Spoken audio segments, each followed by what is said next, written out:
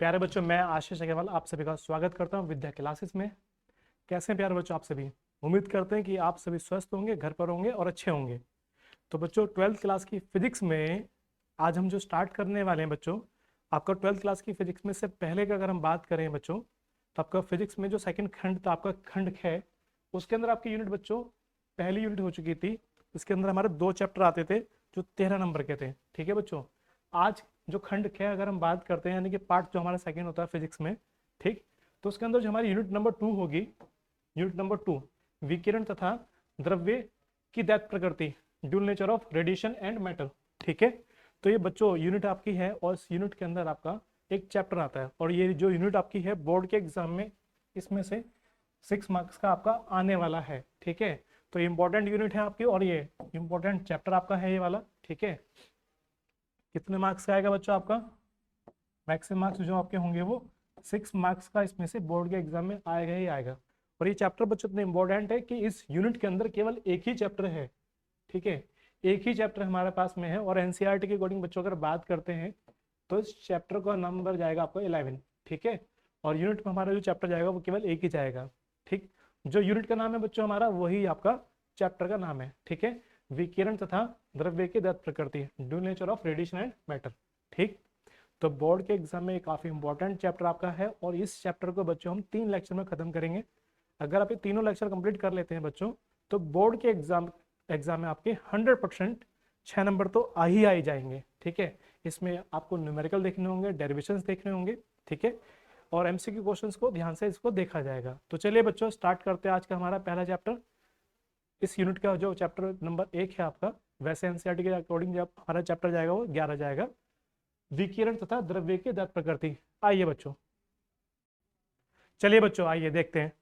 बच्चों हमारा जो चैप्टर नंबर, अगर आप जानते हैं इसको, चैप्टर नंबर 11 आपका ये वाला। ठीक है, तो चैप्टर नंबर बच्चों 11 में आपका जो यहाँ पर आज का जो हमारा लेक्चर रहेगा बच्चों, ये लेक्चर आपका पहला रहेगा। ठीक है, और चैप्टर का नाम बच्चों विकिरण तथा द्रव्य की दत्त प्रकृति, dual nature of radiation and matter. ठीक है, तो यहाँ पर हम बच्चों बात करेंगे प्रकाश के बारे में कि प्रकाश का जो डबल नेचर होता है वो किस तरीके से होता है। प्रकाश कण और तरंग 2 तरीके से कार्य जैसे करता है बच्चों यहाँ पे। तो चलिए बच्चों देखते हैं बच्चों यहाँ पर आज का हमारा जो पहला टॉपिक रहेगा बच्चों, इलेक्ट्रॉन उत्सर्जन। ठीक है, इलेक्ट्रॉन एमिशन, कि ये किसी भी पृष्ठ से जब इलेक्ट्रॉन निकलते हैं, ठीक है, इलेक्ट्रॉन का उत्सर्जन होता है तो ये किस प्रकार होता है। ठीक है, तो किस प्रकार ये इलेक्ट्रॉन का उत्सर्जन बच्चों होता है। तो मुक्त इलेक्ट्रॉनों का धातु के पृष्ठ से बाहर आ जाना ही इलेक्ट्रॉन उत्सर्जन कहलाता है। ठीक है बच्चों, मतलब इस तरीके से मान लें कि अगर आपके पास में कोई ये धातु की एक सतह है ना, किसी भी धातु की हो सकती है, और उस पर जब रेडिएशन का कोई प्रकाश डलता है, मान लेते हैं कि इलेक्ट्रॉन एक यहाँ पर होगा, तो ये मूव करके जब बाहर निकल जाता है ना, अगर ये इलेक्ट्रॉन बाहर निकल जाता है तो इस प्रक्रिया को बोला जाता है बच्चों इलेक्ट्रॉन का उत्सर्जन। अब इलेक्ट्रॉन का उत्सर्जन किस तरीके से होता है कि जैसा बच्चों जानते होंगे, यहाँ पे आप जानते होंगे बच्चों, यहाँ पे इस तरीके से कि आपके पास में मान लेते हैं कि लाइक सोडियम मेरे पास में है, सोडियम है ना। ठीक, अब सोडियम में जानते हैं बच्चों कि इसका परमाणु क्रमांक होता है 11। तो उसके जब इलेक्ट्रॉन विन्यास बच्चों तोड़ा जाएगा तो यहाँ पे देखिए बच्चों 2 8 1 जाएगा, तो उसका मतलब यहाँ पे 3 कक्षाएं बनी, ऊपर 23 लिखा हुआ होता है, तो उसमें प्रोटॉन कितने हो गए बच्चों? 11 हो गए, क्योंकि हम जानते हैं कि जितना नंबर यहाँ परमाणु क्रमांक का लिखा होता है वही इसमें प्रोटॉन की संख्या होती है। और ये परमाणु की है आंद्रावस्था। आंद्रावस्था यानी कि जिसको कोई आयन ना हो, जिसको कोई चार्ज ना हो, तो उस केस में इलेक्ट्रॉनों की संख्या भी प्रोटॉनों की संख्या के बराबर होती है। न्यूट्रॉनों की संख्या बच्चों निकालते हैं ऊपर से नीचे के माइनस करके, तो 23 में से जो 11 चले जाएंगे तो बच्चों 12 बच जाएंगे। तो अगर आप इसका न्यूक्लियस बना देते हैं वाला, ठीक है, अगर आप इसका ये न्यूक्लियस बना देते हैं बच्चों, उसके बाद में यहाँ पर अगर आप इसमें कक्षा बना देते हैं ये वाली,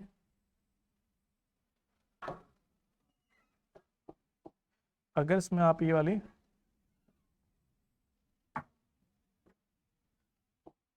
कक्षा बना देते हैं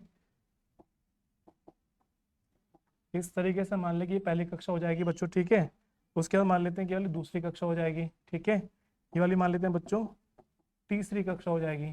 ठीक है, तो अब इसका जो न्यूक्लियस होगा बच्चों उसमें आपने क्या रख दिया, यहाँ पर आपका 11 प्रोटॉन आ गए प्लस के यहाँ पे 12 न्यूट्रॉन आ गए। ठीक है, अगर आप यहाँ पे देखें तो आप कह सकते हैं बच्चों यहाँ पे कि इस पहली कक्षा में ये तो नाभिक हो गया आपका, है ना। इसमें 2 इलेक्ट्रॉन जाएंगे, इसमें 8 इलेक्ट्रॉन जाएंगे, 1 2 3 4 5 6 7 8, उसमें 1 इलेक्ट्रॉन जाएगा, ठीक है। तो ये इलेक्ट्रॉन जो है बच्चों यहाँ पर 11 प्रोटॉन के बराबर धनावेश होगा, और ये डिस्टेंस जो आपकी ज्यादा बढ़ जाती है, यहाँ पर केवल 1 इलेक्ट्रॉन के बराबर आवेश होगा। तो कूलाम के नियम से दूरी चूंकि कूलाम का नियम बच्चों क्या होता है, F बराबर आप जानते हैं 1/4 pi epsilon not into Q1 Q2 upon में R²। तो उसके बिहार पर हम यहाँ पर कह सकते हैं कि जब दो आवेशों के बीच की दूरी बढ़ जाती है तो वहां पर लगने वाले बल का मान बच्चों कम हो जाता है, ठीक है। इस चैप्टर को बच्चों ध्यान से समझना, ये चैप्टर बहुत इंपॉर्टेंट है आपके बोर्ड के एग्जाम के लिए। तो धातुओं के परमाणुओं की बाह्यतम कक्षा, तो बाह्यतम कक्षा यानी कि ये वाली जो कक्षा होगी बच्चों, नाभिक के आकर्षण बल से तो मुक्त होते हैं, परंतु ये इलेक्ट्रॉन आकर्षण बल यानी कि जो यहाँ पे अट्रैक्शन फोर्स काम करता है, यहाँ पे आपका न्यूक्लियस जो इस पर लगा रहा होगा, वो डिस्टेंस के बढ़ जाने से उस बल की वैल्यू कम हो जाती है, धीरे धीरे करके मान कम होने लगता है, ठीक है। परंतु ये इलेक्ट्रॉन सामान्यतः धातु के पृष्ठ से बाहर नहीं निकल पाते हैं। इस प्रकार के इलेक्ट्रॉनों को बच्चों क्या कहते हैं, मुक्त इलेक्ट्रॉन यानी कि फ्री इलेक्ट्रॉन्स कहते हैं, ठीक है। और यही इलेक्ट्रॉन किसी भी धातु में आवेश के प्रभाव को बनाए रखते हैं, करंट को। चूंकि हम जानते हैं ना कि I बराबर आपका होता है आवेश प्रवाह की दर, और आवेश क्या है, नंबर ऑफ इलेक्ट्रॉन्स, है ना।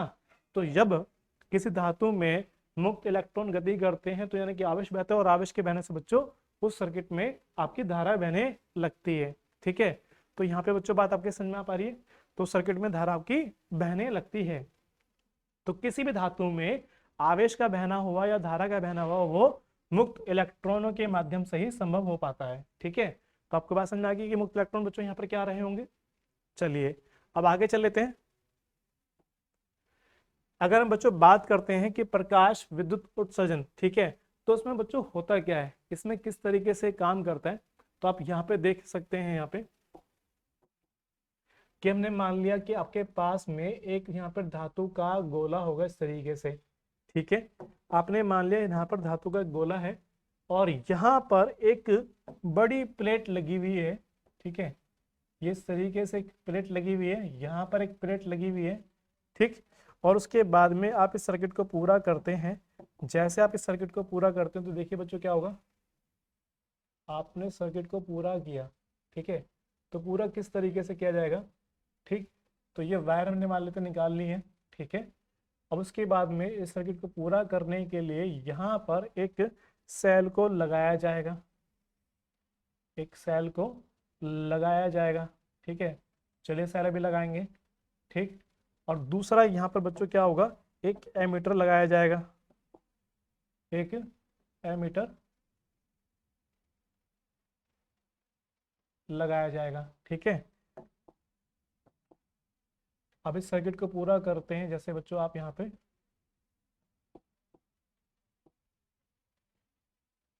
पे आपने सर्किट को पूरा कर दिया है, ठीक। और साथ में आपने यहाँ पे क्या काम कर दिया बच्चों, यहाँ पे कि आपने यहाँ पर एक सेल लगा दिया है, ठीक है।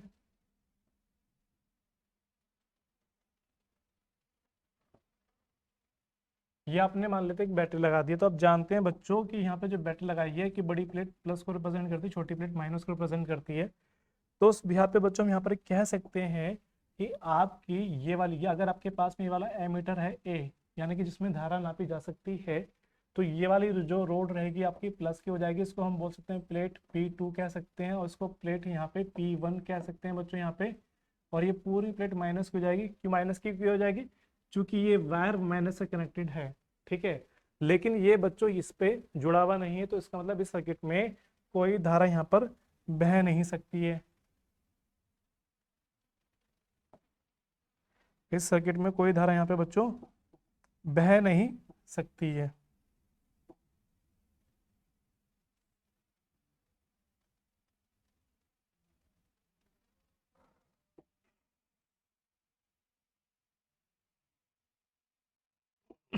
तो ये आपके पास में एमीटर आ गया, ठीक है। तो अब यहाँ पर देखिए बच्चों की, क्योंकि ये वायर से कनेक्टेड नहीं है तो यहाँ पे कोई धारा बह नहीं सकती है। तो जब हम किसी धातु की ऋण प्लेट पर, जैसे यहाँ पे दिखा रखा है बच्चों कि जब हम किसी धातु की ऋण प्लेट पर है ना, ऋण प्लेट पर पराबैंगनी किरणें डालते हैं, उच्च आवर्ती की पराबैंगनी किरण डालते हैं, तो वहां से इलेक्ट्रॉन्स आपके उत्सर्जित होने लगते हैं। ये इलेक्ट्रॉन्स आपके उत्सर्जित होने लगते हैं और ये इलेक्ट्रॉन्स आगे की तरफ बच्चों मूव करने लगते हैं। और जब मूव करने लगते हैं तो सामने वाली प्लेट जो आपकी पॉजिटिव होती है वो आकर्षण बल के माध्यम से इनको अपनी ओर आकर्षित करती है, जिससे आपका परिपथ पूरा हो जाता है और सर्किट में धारा बहने लगती है। तो इन इलेक्ट्रॉन्स को बच्चों यहाँ बोलते हैं प्रकाश इलेक्ट्रॉन, प्रकाश इलेक्ट्रॉन। और जो धारा बहती है बच्चों यहाँ पे फिर वो, ठीक है, उसको बोलते हैं प्रकाश वैद्युत धारा। और इस घटना को बोलते हैं बच्चों प्रकाश वैद्युत प्रभाव। ठीक है, तो नॉर्मली क्या होता है कि यहाँ पर देखिए प्रकाश वैद्युत प्रभाव, फोटो इलेक्ट्रिक इफेक्ट्स, प्रकाश उत्सर्जन द्वारा किसी धातु के पृष्ठ से इलेक्ट्रॉन उत्सर्जन की घटना जो होती है बच्चों विद्युत प्रभाव, प्रकाश विद्युत प्रभाव कहलाती है। ठीक है, जब कोई पदार्थ एवं अधातु, ठोस, द्रव एवं गैस किसी भी विद्युत चुंबकीय तरंग, जैसे एक्स किरणें हो गई, दृश्य प्रकाश हो गया, क्योंकि यहाँ पे जो आपको किसी धातु की सतह से जब प्रकाश इलेक्ट्रॉन निकालने होंगे तो यहाँ पे आप यूज करेंगे उच्च आवृत्ति की पराबैंगनी किरणें। ठीक है, से उच्च शोषित करने के बाद इलेक्ट्रॉन उत्सर्जित करता है तो प्रकाश विद्युत प्रभाव कहलाता है। ठीक है, प्रकाश विद्युत प्रभाव, फोटो इलेक्ट्रिक इफेक्ट कहलाता है। इस क्रिया में जो इलेक्ट्रॉन निकलते हैं उन्हें प्रकाश इलेक्ट्रॉन, यानी कि जो आपके ये जो इलेक्ट्रॉन्स निकलने हैं बच्चों इनको बोला जाता है प्रकाश इलेक्ट्रॉन। ठीक है, विद्युत चुंबकीय विकिरण प्रयोग होने के कारण धातु के पृष्ठ से इलेक्ट्रॉनों के उत्सर्जन की विधि को प्रकाश विद्युत उत्सर्जन भी कहते हैं। जैसा आप यहाँ पे देख पा रहे होंगे कि यहाँ पर आपके पास में कोई धातु का पृष्ठ है। ठीक है, धातु का मान लेते हैं कि पृष्ठ है। अब धातु के पृष्ठ में इलेक्ट्रॉन्स नहीं होंगे, है ना, तो जैसे यहाँ पे विद्युत चुम्बकीय डालते हैं तरंगे आप, तो ये इलेक्ट्रॉन्स जो होते हैं, चूंकि विद्युत चुम्बकीय जो तरंगे चलती हैं वो एक ऊर्जा के छोटे से पैकेट्स के रूप में चलती है, जिसको यहाँ पे फोटोन कहते हैं बच्चों, है ना, इसको क्या कहते हैं, फोटोन कहते हैं। ठीक है, और प्रत्येक फोटोन की जो ऊर्जा होती है यहाँ पे एच नहीं होती है, चूंकि आवृत्ति के अकॉर्डिंग यहाँ पे देख लिया जाता है कि उसकी वैल्यू क्या होगी। यहाँ पे एच आपका होता है प्लांक नियतांक। एच क्या होता है बच्चों, प्लांक नियतांक होता है। ठीक है, तो जिससे ये इलेक्ट्रॉन्स इस ऊर्जा को पूरी तरीके से अवशोषित कर लेते हैं और पूरी तरीके से अवशोषित करके उसका अस्तित्व समाप्त करके उस ऊर्जा का लेकर बाहर की तरफ निकलने का प्रयास करते हैं। ठीक है, तो जो इलेक्ट्रॉन्स निकलते हैं उत्सर्जित जो होते हैं इन्हीं को बोलते हैं बच्चों प्रकाश इलेक्ट्रॉन्स। ठीक है, अब इस प्रक्रिया को देखिए, यहाँ पे क्या कर रखा है, यहाँ पे बच्चों हमने एक क्वार्ट्ज नलिका ले रखी है। ठीक है, आप यहाँ पे देख पा रहे होंगे, और इसमें दो प्लेटें आपने लगा रखी है, एक माइनस की प्लस दूसरी प्लस की, जिसको यहाँ पे हमने बोला है एक को एनोड दूसरे को कैथोड। ठीक है, पॉइंट यहाँ पे अगर आप देखें बच्चों तो कैथोड को सी पॉइंट से रिप्रेजेंट किया गया और एनोड को यहाँ पे ए पॉइंट से रिप्रेजेंट किया गया। इसमें हमने क्या काम किया, एक बैटरी लगाई है, बैटरी का जो पॉजिटिव टर्मिनल होगा बच्चों वो हमने क्या एनोड से यानी कि पॉइंट ए से कनेक्ट किया, इसलिए पूरा तार ये जो होगा आपका प्लस का बन जाएगा। चूंकि इसमें जो एमीटर लगाया जाता है बच्चों धारा नापने के लिए वो सीरीज में लगाया जाता है, और जो उसके कैथोड वाला जो पॉइंट सी होगा बैटरी के माइनस से कनेक्टेड है। ठीक है, तो अब देखिए यहाँ पे पराबैंगनी की जब किरणें इस पर आती हैं तो यहाँ से इलेक्ट्रॉन उत्सर्जित होते हैं, और ये इलेक्ट्रॉन जाएंगे कहाँ, क्योंकि यहाँ से नेगेटिव की वजह से प्रतिकर्षण लगता है, तो प्रतिकर्षण को आगे की तरफ भेजता है, और सामने वाली प्लेट आपकी पॉजिटिव है तो उनको ये अपनी ओर आकर्षित कर लेती है। तो ये जो इलेक्ट्रॉन्स होते हैं आपके ये आगे की तरफ मूव करते हैं, और जिससे आपका ये सर्किट आपका पूरा हो जाता है, और पूरा हो जाने से इस सर्किट में धारा बहने लगती है, जिसको बोला जाता है प्रकाश विद्युत धारा। और इन इलेक्ट्रॉन्स को बच्चों बोला जाता है प्रकाश इलेक्ट्रॉन्स। ठीक है, बात समझ में आ रही है बच्चों, कैथोड के लिए आपको जिंक प्लेट का इस्तेमाल करना है और यहाँ पे एनोड के लिए भी जिंक प्लेट का इस्तेमाल करना है। तो ये कैथोड और एनोड जो आपका बना है बच्चों बैटरी के पोल के माध्यम से बना है। ठीक है, तो इस पूरी प्रक्रिया को यानी कि जैसे हमने आपको यहाँ पर समझाया, इस सर्किट में कोई भी पॉइंट ए यानी पॉइंट सी पॉइंट ए से कनेक्ट नहीं था तो कोई धारा नहीं बह रही थी, लेकिन जैसे ही प्रकाश को डाला जाएगा पराबैंगनी किरणों को उच्च आवृत्ति की, तो ये इलेक्ट्रॉन उत्सर्जित होकर सामने प्लेट पर पहुंच जाते हैं, जिससे आपका सर्किट पूरा हो जाता है और यहाँ पर धारा बहने लगती है। इस पूरी घटना को बच्चों बोला जाता है प्रकाश वैद्युत प्रभाव। ठीक है, तो यहाँ तक बच्चों बात क्लियर होगी आपकी। चलिए अब आगे चल लेते हैं। अगर बच्चों हम यहाँ पे आगे चलते हैं तो हॉलबॉक्स तथा रिनॉल्ट के परीक्षण। अब यहाँ पे इन्होंने जो परीक्षण करा उसमें बच्चों क्या देखा, जैसे भी आपको एक्सप्लेन किया है बच्चों, उन्होंने इसी तरीके से यहाँ पे देखा है कि हॉलबॉक्स तथा लियोनार्ड ने एक निर्वातित मतलब जिसमें निर्वात है ना, निर्वात हो, कांच की नली में लगे दो इलेक्ट्रोडों में से उत्सर्जक पट्टियां सी पर पराबैंगनी प्रकाश, जैसे आप देख पा रहे होंगे कि पॉइंट सी पर यहाँ पे बच्चों ये पराबैंगनी प्रकाश आपका आ रहा है। ठीक है, ये पराबैंगनी बच्चों प्रकाश आपका आ रहा है।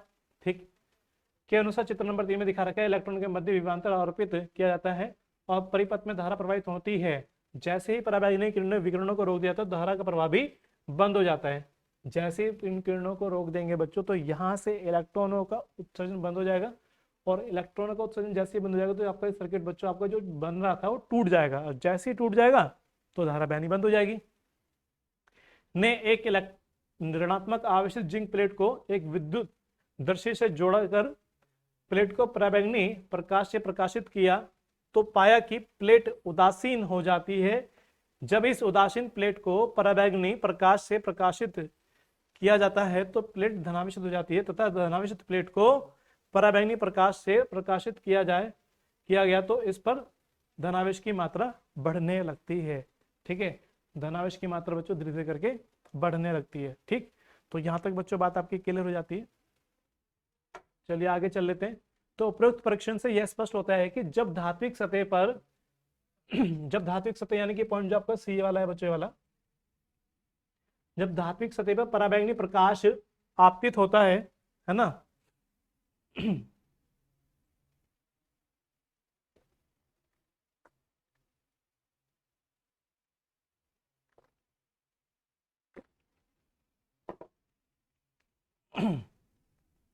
क्या बच्चों यहां पे देखिए पराबैंगनी प्रकाश आपतित कराया जाता है तो धातु सतह से ऋणात्मक आवेशित कण उत्सर्जित होते हैं जिनके कारण हर्ट्ज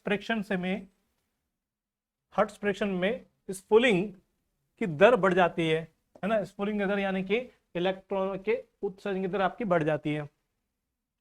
कैथोड से एनोड के मध्य इन कणों के प्रवाह के कारण ही धारा का प्रवाहित होती है तथा इन कणों के उत्सर्जन के कारण ही बच्चों ऋणात्मक आवेश की जिंक प्लेट उदासीन हो जाती है क्योंकि इसकी सतह से ऋणावेशित कण उत्सर्जित होने लगते हैं जिसके कारण इसका ऋणावेश समाप्त हो जाता है, उदासीन प्लेट धनावेशित हो जाती है। ठीक है, तो उस तरीके से बच्चों यहाँ पर हम देख सकते हैं कुल मिला के हमारा कहने का मतलब यहाँ पर यह है बच्चों कि इसमें कांच की नली ली गई है, इसमें दो इलेक्ट्रोड लगाए गए हैं। ठीक है, जिंक प्लेट हमने यहाँ पे इस्तेमाल की है। यहाँ पर आप देख पा रहे होंगे ये जो सी आप इसको भी लेके चले यहाँ पर आप देख पा रहे होंगे ये वाला जिंक प्लेट है अपना, इसका ही इस्तेमाल की है। ठीक है, पॉइंट ए पर ये जो एनोड और कैथोड आपने बनाया है ये बैटरी के पोल से बना है। पॉजिटिव को आपने एनोड बोला है, नेगेटिव को बच्चों आपने कैथोड कहा है। ठीक है, जैसे ही प्रकाश की पराबैंगनी किरण डलेंगे तो यहाँ से इलेक्ट्रॉन उत्सर्जित होते हैं और माइनस के बीच में प्रतिकर्षण लगता है, ये आगे की तरफ भेजता है बच्चों से आगे और प्लस वाला इसको अपनी ओर आकर्षित कर लेते हैं जिससे आपका सर्किट पूरा होकर ये परिपथ पूरा हो जाता है, उसमें धारा बच्चों आपकी बहने लगती है। तो इस पूरी घटना को बच्चों कहा जाता है यानी कि प्रकाश इलेक्ट्रॉन उत्सर्जन दर को ही बच्चों कहा जाता है प्रकाश विद्युत प्रभाव। ठीक है, तो ये इंपॉर्टेंट टॉपिक है, इंपॉर्टेंट क्वेश्चन है, बोर्ड के एग्जाम में आपको ये कई बार पूछा गया है। ठीक, तो चलिए बच्चों आगे। अब डिपेंड करता है कि जो प्रकाश की अगर हम तीव्रता को बढ़ा दें, इंटेंसिटी को बढ़ा दें, जो अपने प्रकाश को धातु की ऋण प्लेट पर डाला था यानी कैथोड पर अगर हम डालते हैं प्रकाश को, पॉइंट सी हमने जो लेके चले थे, अगर उस पर इंटेंसिटी को बढ़ा दिया जाता है तो इलेक्ट्रॉनों के उत्सर्जन की जो दर होती है बच्चों वो किस प्रकार प्रभावित होगी। तो प्रकाश विद्युत धारा पर प्रकाश की तीव्रता का प्रभाव है ना, effect of intensity of light on photo electric current. ठीक है, तो प्रकाश विद्युत धारा जो होती है उस पर किस प्रकार प्रभाव पड़ेगा। तो बच्चों यहाँ पे हमने ग्राफ बना रखा है कि आपतित प्रकाश की तीव्रता और ये धारा के बीच में ग्राफ है। तो आप इस बात से अंदाजा लगा सकते हैं जैसे जैसे आप तीव्रता को बढ़ाएंगे धारा भी उसी अनुपात में बढ़ती है, धारा भी उसी अनुपात में बढ़ती है। और धारा किस पे डिपेंड करती है, धारा जो होती है आपके आवेश पे डिपेंड करती है और आवेश किस पे डिपेंड करेगा, नंबर ऑफ इलेक्ट्रॉन्स पे, है ना।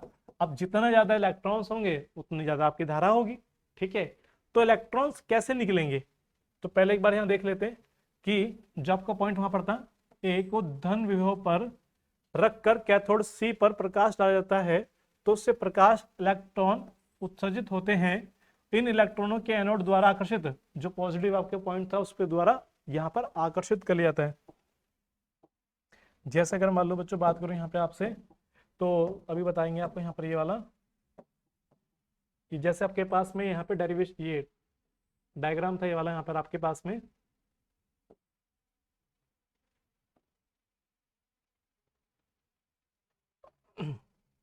ये वाला, ठीक है। कैथोड सी यानी कि जो पॉइंट आपका सी वाला है, ये वाला, ठीक है। कैथोड सी पर प्रकाश को डाला जाता है तो एनोड द्वारा जो आपके पास में पॉजिटिव रोड होगी बच्चों, एनोड ए द्वारा ये इसको आकर्षित कर लिया जाता है, ठीक है। कर लेने परिपथ पूरा हो जाएगा और वैद्युत धारा आपकी बच्चों बहने लगती है। यदि आपतित प्रकाश की आवर्ती तथा नलिका के सिरों पर लगाए गए विभवांतर को स्थिर रखकर रखते प्रकाश की तीव्रता को बढ़ाएं तो प्रकाश वैद्युत धारा भी रेखांकित बढ़ती है, यानी कि चित्र 5 में दिखा रखा है, यानी कि एक सरल रेखा के रूप में बढ़ती है, ठीक है।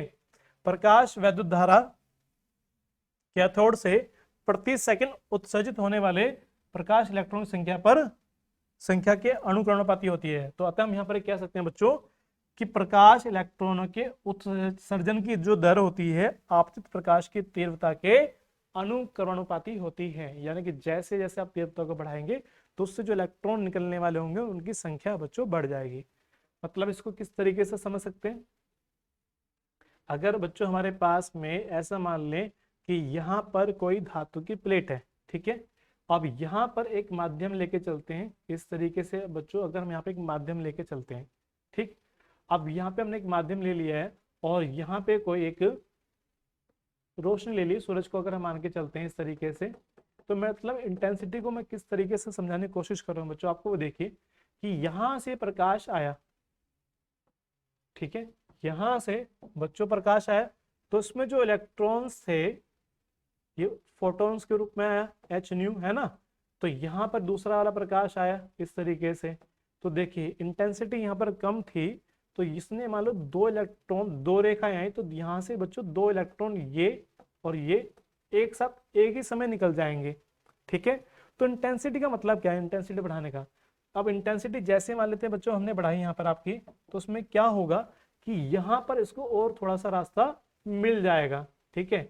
अब और थोड़ा जब रास्ता इसको बच्चों मिल जाएगा तो उस केस में बच्चों देखिए क्या होगा, यहाँ पर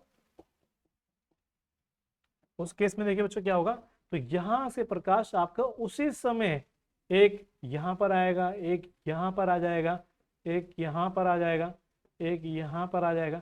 तो यानी कि यहां से उसी समय आपके 4 इलेक्ट्रॉन ये वाले ऐसे और निकल जाएंगे। मेरी बात समझ पा रही है। जब आपकी इंटेंसिटी बच्चों कम थी, केवल ये जो 2 लाइनें थी, तो यहां से केवल 2 इलेक्ट्रॉन निकले थे। अब जब 2 इलेक्ट्रॉन निकलेंगे, चूंकि हमारा फॉर्मूला क्या था बच्चों, अगर आप जानते हैं कि I बराबर Q अपॉन टी, तो यहाँ से NE अपॉन टी अगर लगाते हैं, जब 2 इलेक्ट्रॉन निकलेंगे, नंबर ऑफ 2 इलेक्ट्रॉन जब निकलेंगे तो यहाँ पे करंट की वैल्यू कम होगी। और जैसे ही इंटेंसिटी को बढ़ाते हैं तो इंटेंसिटी ज्यादा एरिया को कवर अप करती है, तो जिससे यहाँ पे ज्यादा इलेक्ट्रॉन्स निकलेंगे, ठीक है, उसी समय में। तो जब इलेक्ट्रॉन्स की संख्या आपकी बढ़ जाएगी तो इसका मतलब आवेश बढ़ जाएगा, और आवेश बढ़ जाएगा तो आपकी धारा भी उसी अनुपात में बढ़ जाती है। तो बच्चों आपके बात समझ में आ पा रही है।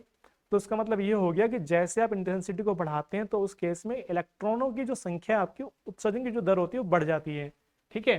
तुमने यहाँ पर ये बताया बच्चों कि प्रकाश इलेक्ट्रॉनों के उत्सर्जन की जो दर होती है आपतित प्रकाश की तीव्रता के अनुक्रमणानुपाती होती है, ठीक है। चलिए बच्चों आगे देख लेते हैं। अगर हम बात करें तीव्रता पर तो किस प्रकार आपकी धारा डिपेंड करती है, तो जैसे भी आपको बताया कि माना कि आपके पास में आई तीव्रता का कोई प्रकाश होगा, है ना। जैसे अभी आपको बताया कि 2 इलेक्ट्रॉन्स निकलने होंगे तो उसमें कुछ तो करंट हो गई ना।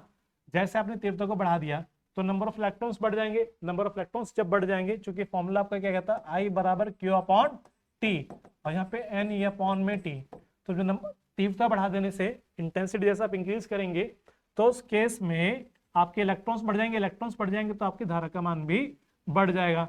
तीव्रता आपने और बढ़ा दी तो आपकी धारा और बढ़ गई, ठीक है। तो आपने देखा होगा कि धारा की वैल्यू आपकी बढ़ रही है। जैसे जैसे आप इंटेंसिटी बढ़ाते हैं वैसे वैसे नंबर ऑफ इलेक्ट्रॉन्स निकलने की जो संख्या होती है बढ़ जाती है, जिससे आपकी धारा बढ़ जाती है। लेकिन ये सभी एक ही विभव पर आकर रुक जाते हैं, निरोधी विभव इसको बच्चों बोला जाता है ना, या इसको संतृप्त विभव बोला जाता है, ठीक है। ये कौन सा विभव होगा, ये इस पर डिपेंड क्या करता है, अभी आप समझेंगे इस बात को। फिलहाल देखें, यदि एनोड ए को सूक्ष्म धन विभव देकर कैथोड सी पर निश्चित आवृत्ति तथा निश्चित तीव्रता का प्रकाश डालते हैं तो परिपथ में एक प्रकाश विद्युत धारा बहती है। यदि यदि एनोड ए को दिए गए धन विभव को धीरे धीरे बढ़ाएं और प्रकाश विद्युत धारा का मान भी बढ़ता है और एक निश्चित विभव पर प्लेट धारा का मान अधिकतम हो जाता है, इस स्थिति में उत्सर्जित सभी इलेक्ट्रॉन एनोड पर पहुंच जाते हैं और एनोड के धन विभव को और बढ़ाने पर अप्रकाश विद्युत धारा नहीं बढ़ती, अतः प्रकाश धारा के इस अधिकतम मान को संतृप्त प्रकाश विद्युत धारा कहते हैं। ठीक है, खैर अब अगर आप इस बात को देखेंगे कि ये क्या होता है तो बच्चों इसको बोलते हैं निरोधी विभव। ठीक है, अभी आप देखेंगे यहाँ पर अगली जो डेफिनेशन हमारी होगी यहाँ पर, तो निरोधी विभव बच्चों क्या होता है यहाँ पे कि जैसे हमने यहाँ पर बोला था कि प्लेट P1 होगा ये वाला, ठीक है, और ये वाली प्लेट P2 होगी इस तरीके से।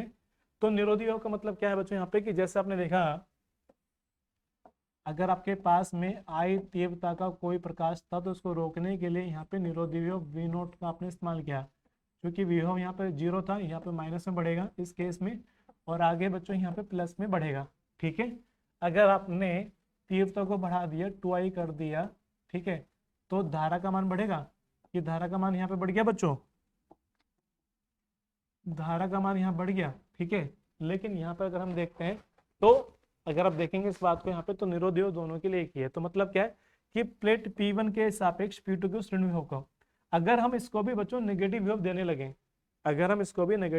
लगे, धन विभव के मुकाबले इसको नेगेटिव देने लगे, तो क्या होगा बच्चों कि जो इलेक्ट्रॉन्स यहाँ से निकलने थे धीरे धीरे करके वो इस नेगेटिव विभव के हो जाने से प्रतिकर्षण के कारण ये इलेक्ट्रॉन्स इस पर टच नहीं करेंगे, इससे पीछे की तरफ आएंगे, वापस आएंगे, और एक ऐसी स्थिति बच्चों आ जाएगी कि एक भी इलेक्ट्रॉन इसको टच नहीं करेगा।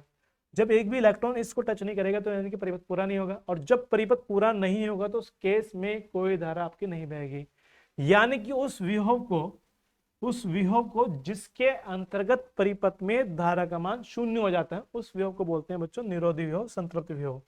ठीक है, या निरोधी विभव। बात समझ आ रही है बच्चों आपके? तो देखिए यहां पर ये वाला आपतित प्रकाश की निश्चित आवृत्ति के लिए एनोड ए यानी कि ये वाला जिसको हमने प्लेट P2 भी बोल दिया, एनोड ए को दिया गया वह निम्नतम ऋण विभव V0 यानी कि ऋणात्मक, ठीक है, जिस पर प्रकाश विद्युत धारा शून्य हो जाए। शून्य कब होगी कि जब एक भी इलेक्ट्रॉन उस पर टच नहीं करेगा। चूंकि ऐसा क्यों होगा भाई, इस पर माइनस का आवेश है इलेक्ट्रॉन्स पे और यहाँ पे प्लेट माइनस की हो जाती है, तो माइनस माइनस एक दूसरे को प्रतिकर्षित करेगा और इतना प्रतिकर्षित कर देगा कि एक भी इसको टच ना करे, एक भी इलेक्ट्रॉन इसको जब टच नहीं करेगा परिपथ पूरा नहीं होगा, तो धारा 0 हो जाएगी। तो उस विभव को बच्चों बोला जाता है निरोधी विभव, है ना, यह संतृप्त विभव, इसको रिप्रेजेंट किया जाता है बच्चों V0 से। ठीक है, तो देखिए बच्चों यदि निरोधी विभव आपका V0 हो तो उत्सर्जित प्रकाश इलेक्ट्रॉन की जो अधिकतम गति ऊर्जा होगी बच्चों वो क्या हो जाएगी, E के बराबर eV0। क्यों? क्योंकि आवेश का मात्रा क्या होता है आपका कुलाम, है ना, E का मात्रा कुलाम होगा ना बच्चों यहाँ पे ये वाला, और V का मात्रा क्या होता है जूल बटे कुलाम। तो कुलाम से कुलाम बच्चों कैंसिल हो जाएगा तो जूल बचेगा। जूल क्या होता है, ऊर्जा का मात्रक। वैसे तो इलेक्ट्रॉन वोल्ट खुद वो एक ऊर्जा का मात्रक होता है। ठीक है, तो देखिए यहाँ पे यदि आपके प्रकाश की आवृत्ति को नियत रखते हुए कैथोड पर तीव्रता को बढ़ा दें, I2 कर दें, I3 कर दें, तो धारा का मान बढ़ेगा। ठीक है, धारा का मान बढ़ेगा पर इलेक्ट्रॉन के गतिज ऊर्जा का मान नहीं बढ़ेगा। क्यों नहीं बढ़ेगा? क्योंकि अगर आपने तीव्रता I पर I का प्रकाश डाला उससे 2 इलेक्ट्रॉन निकलते हैं, ठीक है, और आपने डबल तीव्रता कर दी तो उससे 4 इलेक्ट्रॉन निकलेंगे। तो केवल बच्चों संख्या बढ़ रही है, उसका वेग नहीं बढ़ा, केवल संख्या बढ़ी है, और संख्या बढ़ जाने से उसका वेग परिवर्तन नहीं होगा। जब वेग परिवर्तन नहीं होगा तो उसको रोकने के लिए निरोधी विभव बच्चों उतना ही काम करेगा। ठीक है, का प्रकाश डाल का प्रयोग को देखो दोहराएं तो यह निष्कर्ष प्राप्त करते हैं कि आवृत्ति को नियत रखकर आपतित प्रकाश की तीव्रता बढ़ाने पर संतृप्त धारा का मान तो बढ़ जाता है, संतृप्त धारा का मान तो बढ़ जाता है, परंतु निरोधी विभव का मान अपरिवर्तित रहता है, मतलब कि बदलता नहीं है।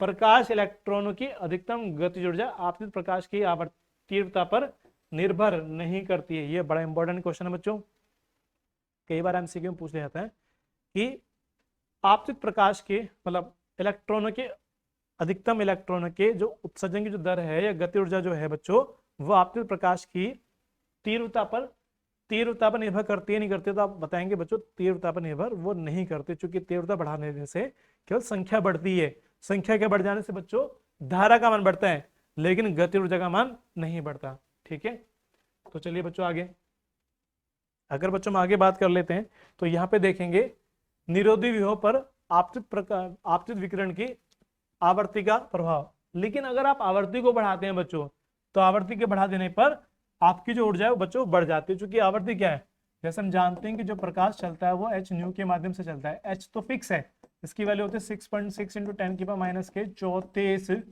जूल सेकंड, और ये होती है आवर्ती। तो ये तो हर प्रकाश की आवर्ती बच्चों अलग अलग हो सकती है ना, तो आवर्ती के बढ़ा देने से आपकी ऊर्जा का मान बढ़ जाएगा। ठीक है, और जितनी ज्यादा ऊर्जा होगी उसको रोकने के लिए निरोधी हो भी बच्चों उतना ही काम करेगा। ठीक है, तो हम जैसे मानते हैं कि कांस्टेंट आपकी संतृप्त धारा होगी, तो आपको आवर्ती दिखा रखी है यहाँ पे ये वाली, कि पहली वाली आवर्ती को रोकने के लिए निरोधी कम लगा, दूसरी को रोकने के लिए निरोधी ज्यादा लगेगा, तीसरे को रोकने के लिए अगर आवर्ती को बढ़ा रहे हैं तो उस केस में निरोधी विभव का मान बढ़ जाएगा। और जब निरोधी विभव का मान बढ़ेगा बच्चों, तो ये के में ई वी नॉट, तो ये तो फिक्स हो गया, जिसकी वैल्यू आप जानते हैं कि 1.6 इंटू 10 की पावर माइनस के 19 कूलम होती है। और जितना ज्यादा ये मान होगा वैसे वैसे करके ई के की वैल्यू भी आपकी बढ़ती चली जाएगी। ठीक है, तो बच्चों बात समझ में आ रही है आपके? तो क्या बच्चों बात समझ में आपके कि अगर आप आवर्ती को बढ़ाते हैं तो आवर्ती के बढ़ाने पर निरोधी विभव का मान बढ़ेगा, और निरोधी विभव का मान बढ़ जाने से उत्सर्जित प्रकाश इलेक्ट्रॉन की गतिज ऊर्जा भी बढ़ जाती है। तो अतः हम यहां पर कह सकते हैं कि उत्सर्जित प्रकाश इलेक्ट्रॉन की अधिकतम गतिज ऊर्जा आपतित प्रकाश की आवर्ती पर निर्भर करती है, आवर्ती पर निर्भर करती है, जबकि तीव्रता पर निर्भर नहीं करती थी। ठीक है, तो बच्चों ये बात समझ में आ गई होगी इस ग्राफ के माध्यम से आपको। ठीक है, कि यदि प्रकाश की तीव्रता को नियत रखकर विभिन्न आवर्तियों का प्रकाश कैथोड सी पर डालें, तो सभी कैथोड सी बच्चों कौन सा वाला, अगर आपको याद आ रहा हो, ये जो कैथोड आपके पास सी था, ठीक है, ये वाला पास जो कैथोड आपके पास सी था ये वाला, ठीक है, इस पर अगर डालते हैं, इस पर अगर डालते हैं तो देखिए बच्चों, इस पर अगर डाला जाता है तो एक ही संतत धारा का एक ही मान प्राप्त होता है। ठीक है, विभिन्न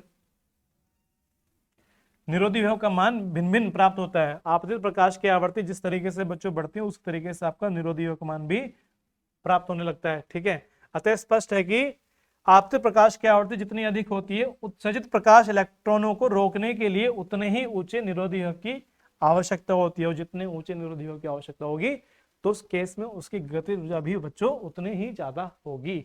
ठीक है, चलिए बच्चों अब यहाँ पर एक ग्राफ ड्रॉ करते हैं।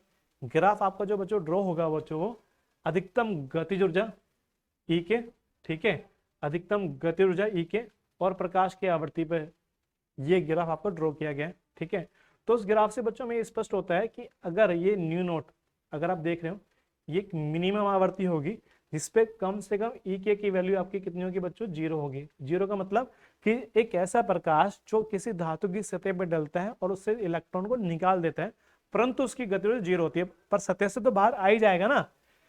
अगर न्यू नोट से कम आवृत्ति को कोई प्रकाश बच्चों डाला जाता है तो उस केस में ई के की वैल्यू बच्चों आपकी नेगेटिव निकल कर आएगी, और नेगेटिव अगर आपका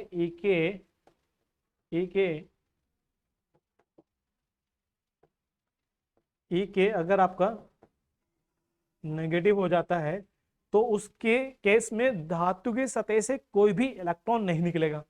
ठीक है, अतः आपतित प्रकाश की वह न्यूनतम आवृत्ति, न्यूनतम कौन सी वाली, ये वाली बच्चों, इसको बोलते हैं देहली आवृत्ति। कौन सी आवृत्ति बोलते हैं बच्चों, देहली आवृत्ति। ठीक है, न्यूनतम आवृत्ति जो किसी पदार्थ से प्रकाश इलेक्ट्रॉन उत्सर्जित कर सके उस पदार्थ की देहली आवृत्ति या देहली आवृत्ति कहते हैं। इसे वी नोट से प्रदर्शित करते हैं। ठीक है बच्चों, तो वी नोट बच्चों आपको यहाँ पर दिखा रखा है वाला हमने। ठीक है, तो इसके बीच में ग्राफ आ गया। अब जैसे ही देहली आवृत्ति आती है बच्चों, तो देहली आवृत्ति के बाद में यहाँ पे इसके लिए दो परिभाषाएं छोटी छोटी निकल के आती है। एक तो देहली आवृत्ति की होगी, ठीक है, दूसरा यहाँ पे बच्चों निकल के आता है आपका देहली तरंग दैर्घ्य। ठीक है, अब देहली तरंग दैर्घ्य क्या होगा, आप जानते हैं बच्चों कि न्यू बराबर आपका होता है सी अपॉन लेमड़ा। जब आपने कहा कि मिनिमम होगा तो ये ऑब्वियसली मैक्सिमम हो जाएगा, तो इस केस में हम कैसे निकाल लेंगे, लेमड़ा मैक्सिमम बराबर आपका आ जाएगा सी अपॉन न्यू मिनिमम, है ना। तो उसको बच्चों हम लिख सकते हैं यहाँ पे इस तरीके से कि लेमड़ा नोट बराबर सी अपॉन में न्यू नोट। ठीक है, तो ये देहली आवृत्ति हो जाएगी और देहली आवृत्ति के कोरस्पॉन्डिंग जो तरंग दैर्घ्य प्राप्त होगी उसको देहली तरंग दैर्घ्य कहा जाएगा। ठीक है, चूंकि ये मिनिमम है तो तरंग दैर्घ्य कैसे होगी बच्चों, अधिकतम होगी। ठीक है, तो देहली तरंग दैर्घ्य क्या है बच्चों, आपतित प्रकाश की वह अधिकतम तरंग दैर्घ्य है जो किसी धातु की सतह से प्रकाश इलेक्ट्रॉन को निकाल सके, उसे देहली आवृत्ति कहते हैं। उसको रिप्रेजेंट करते हैं बच्चों किससे, लेमड़ा नोट से। ठीक है, तो लेमड़ा नोट बराबर क्या जाएगा बच्चों आपका सी अपॉन में न्यू नोट। ठीक, दूसरा आपके पास में कार्यफलन है। कार्यफलन में बच्चों क्या है बच्चों आपके पास में ये वाला, तो कार्यफलन क्या होता है बच्चों, कार्य फलन। कार्यफलन में को बच्चों एक तो दिखाते हैं डब्ल्यू सा, इसको दिखाते हैं कि आपतित प्रकाश की वह न्यूनतम ऊर्जा, आपतित प्रकाश की वह न्यूनतम ऊर्जा जो किसी धातु की सतह से प्रकाश इलेक्ट्रॉन को निकाल सके, उसको बोलते हैं, उस ऊर्जा को धातु की कार्यफलन। इसको रिप्रेजेंट करते हैं डब्ल्यू बराबर एच न्यू नोट। ठीक है, अब जैसे आप जानते हैं कि इसकी जगह हम इसको चेंज कर सकते हैं, न्यू नोट बराबर लिख सकते हैं बच्चों यहाँ पे सी अपॉन लेमड़ा नोट। तो जैसे ही हमको आवश्यकता होगी क्वेश्चंस करने के दौरान हम उस वैल्यू को उसके अकॉर्डिंग रखेंगे। ठीक है, तो चलिए बच्चों अब आगे चलते हैं। यहाँ पे देखेंगे बच्चों क्वेश्चन, आप ये कह रहा है किसी धातु के पृष्ठ के लिए देहली आवृत्ति। अब बच्चों जैसे इसने बोला देहली आवृत्ति, है ना, आवृत्ति का मात्रक चूंकि हर्ट्ज होता है, तो देहली आवृत्ति को रिप्रेजेंट करेंगे बच्चों न्यू नोट से। इसकी वैल्यू 10 की पावर 15 हर्ट्ज आ गया। ठीक है, तो ये कहता है कि इसके लिए प्रकाश वैद्युत कार्यफलन का मान ज्ञात कीजिए। जूल और इलेक्ट्रॉन वोल्ट दोनों में उत्तर देना है आपको। ठीक है, तो देखिए कार्यफलन आपको निकालना है बच्चों, कार्य फलन तो कैसे निकाला जाएगा, एच न्यू नोट करके। एच की वैल्यू बच्चों कांस्टेंट होती है 6.6 इंटू 10 की पावर माइनस के 34 जूल सेकंड। ठीक है, उसकी वैल्यू 10 की पावर 15 हर्ट्ज जो आपको दे रखी है वाली। तो देखिए 6.6 इंटू 10 की पावर कितना बचेगा बच्चों, माइनस के 19, क्योंकि 34 में से 15 चले जाएंगे ना।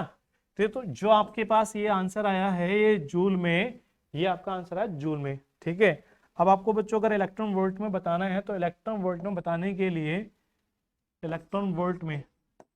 के लिए आपको क्या करना होगा, जो आपका आंसर निकल के आया ना 6.6 इंटू 10 की पावर माइनस के 19, इसको आप भाग कर दीजिए इलेक्ट्रॉन से। इलेक्ट्रॉन की वैल्यू 1.6 इंटू 10 की पावर माइनस के 19, तो अब आपका आंसर बन जाएगा इलेक्ट्रॉन वोल्ट में। तो पावर से पावर कैंसिल होगी, पॉइंट से पॉइंट हट गया, तो आपका पास आ गया तो 66/16। ठीक है, अब इसको बच्चों काट देंगे यहाँ पे। वैसे अगर इसको काटें तो यहाँ पे 33 चला जाएगा, यहाँ पे बच्चों क्या चला जाएगा 4 चौक 16, या 8 ले लेंगे, 8 ले लेते हैं चलो, है ना। 8 से हमने इसको काट दिया, तो इसको भाग करेंगे तो 8 चौक 32। ठीक है, तो कितने बचे, एक बचे 8 एकम 8, कितने बचे 2 बचे, 8 दूनी 16, कितने बचे 4 और 4 बचे यानी कि 8 पंजे 40। तो आपके पास में जो इसका आंसर आया इलेक्ट्रॉन वोल्ट में वो 4.125 निकल कर आया, और जूल में 6.6 इंटू 10 की पावर माइनस के 19 जूल निकल कर आया। ठीक है, चलिए बच्चों अब अगला सवाल देख लेते हैं। अगले सवाल में कहता है कि सोडियम का कार्यफलन 2 इलेक्ट्रॉन वोल्ट है। कार्यफलन दे दिया इसने, कार्यफलन यानी कि W आपको दे दिया कितना, 2 इलेक्ट्रॉन वोल्ट है।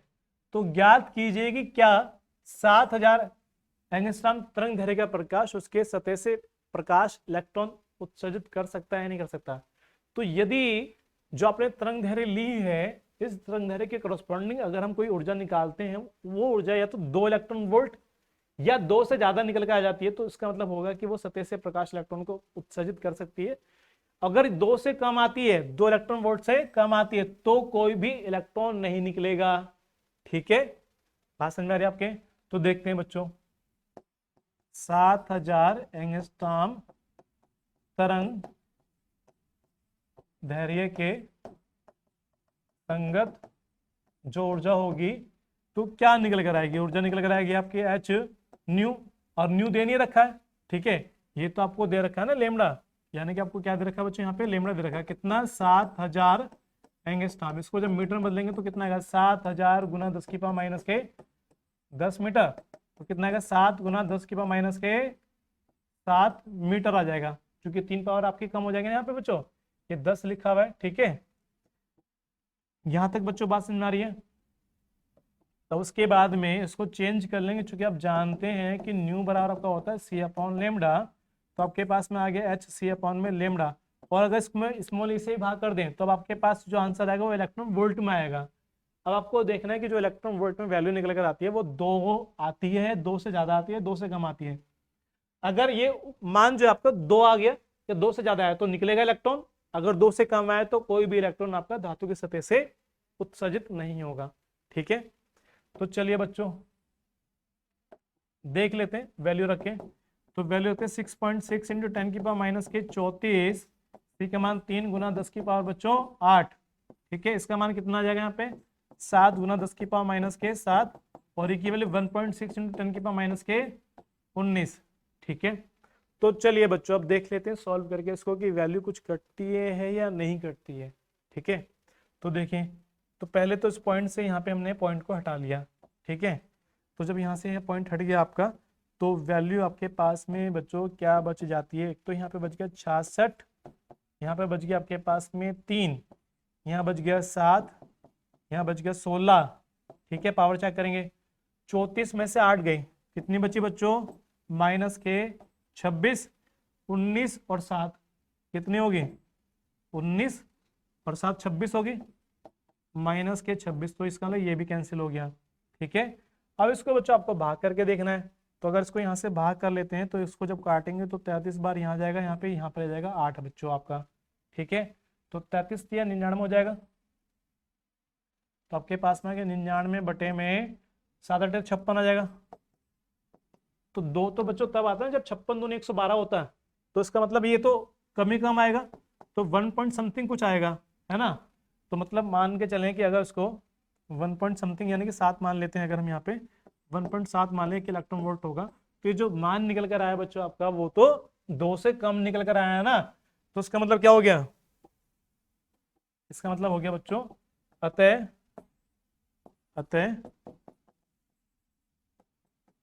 धातु की